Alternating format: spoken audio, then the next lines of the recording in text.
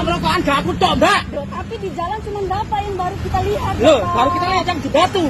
Siapa? Kita Tahu nggak nggak? lewat batu, Rokokan Bapak. lo.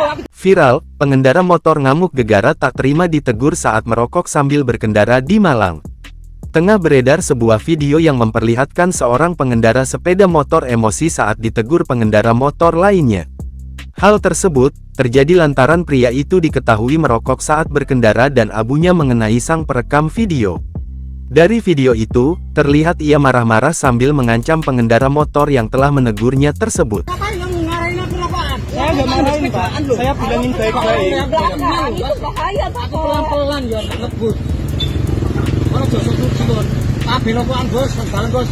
Mas iki ya rokokan kabeh. Iya. Nek kon iku apes, Iya. aku gak ngerekon. Iya. Kono jeprotes nang rantekno dinoyo kon. Dari informasi yang didapat tribunjatim.com, kejadian itu terjadi pada Minggu tanggal 3 Maret tahun 2024 siang di pinggir Jalan MT Haryono Kecamatan Lowokwaru, Kota Malang. Seorang petugas parkir yang berada di dekat lokasi kejadian, Gilang menuturkan, kejadiannya terjadi sekitar pukul 10 waktu Indonesia Barat.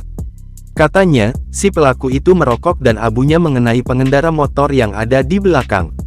Saat ditegur, pelaku emosi dan kejadiannya seperti yang ada di media sosial itu, ujarnya kepada tribunjatim.com.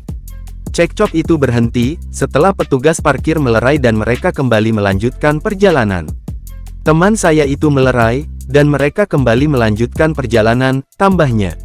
Usai video kejadian itu viral, pelaku yang diketahui bernama Anang Widodo, warga desa Kendal Payak Kecamatan Pakisaji Kabupaten Malang langsung mendatangi Polresta Malang Kota pada Senin tanggal 4 Maret tahun 2024. Untuk melakukan klarifikasi sekaligus minta maaf atas kejadian tersebut. Wakasat Lantas Polresta Malang Kota, AKP Kuncoro membenarkan hal tersebut. Menanggapi adanya kejadian viral di media sosial tersebut, pelaku Pak Anang ini secara sukarela datang ke Polresta Malang Kota.